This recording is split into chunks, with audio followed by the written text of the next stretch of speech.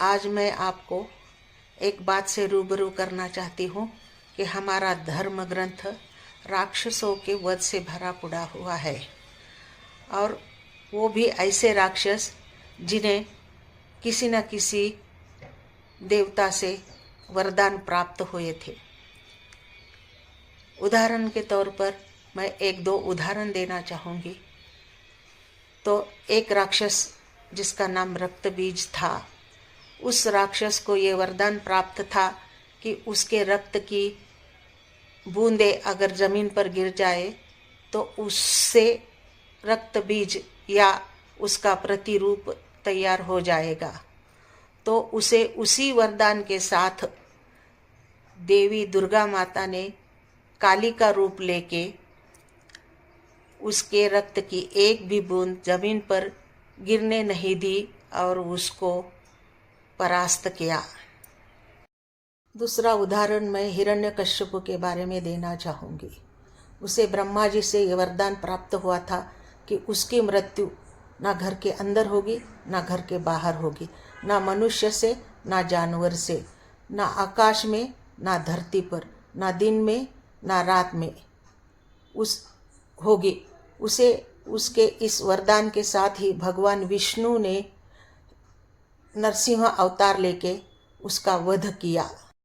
इसी तरह महिषासुर राक्षस की बहन महिषी को ये वरदान ब्रह्मा जी से प्राप्त था कि उसे केवल हरिहर पुत्र यानी कि भगवान विष्णु और भगवान सदाशिव ये दोनों के संयुक्त से उत्पन्न पुत्र से ही उसका वध हो। तो हरिहर के संयुक्ति से उत्पन्न पुत्र अयप्पा, उसके हाथों उसका वध हो गया। और एक बहुचर्चित उदाहरण हम देख सकते हैं कि रावण को ब्रह्मा जी से वरदान था कि उसके शरीर का कोई भी अंग यानी कि हाथ पैर या उसके 10 सिर में से 10 सिर भी अगर कट जाए तो वो पुनः प्राप्त होते थे, और उसे कोई भी देव दानव असुर नहीं मार सकते। इसीलिए भगवान विष्णु ने सामान्य मनुष्य के रूप में अवतार लेके उन्हें मार दिया, उनका वध किया। मेरी कथा समाप्त करने से पहले मैं और एक दो चार राक्षसों के नाम बताऊंगी। महिषासुर, तारकासुर, भस्मासुर, बांधासुर, शुंभ और निशुंभ, इन राक्षसों के नाम भी उसी गिनती में आते हैं। राक्षस ऐसे वरदानों से प्राप्त थे, उन्हें उनके वरदानों के साथ ही उनको देवताओं ने अलग अलग कालखंड में अलग अलग देवताओं और देवियों ने उनका वध किया। ऐसा नहीं है कि उन्हें ऐसा कहा गया कि तुमने दिए हुए वरदान का गलत उपयोग किया है।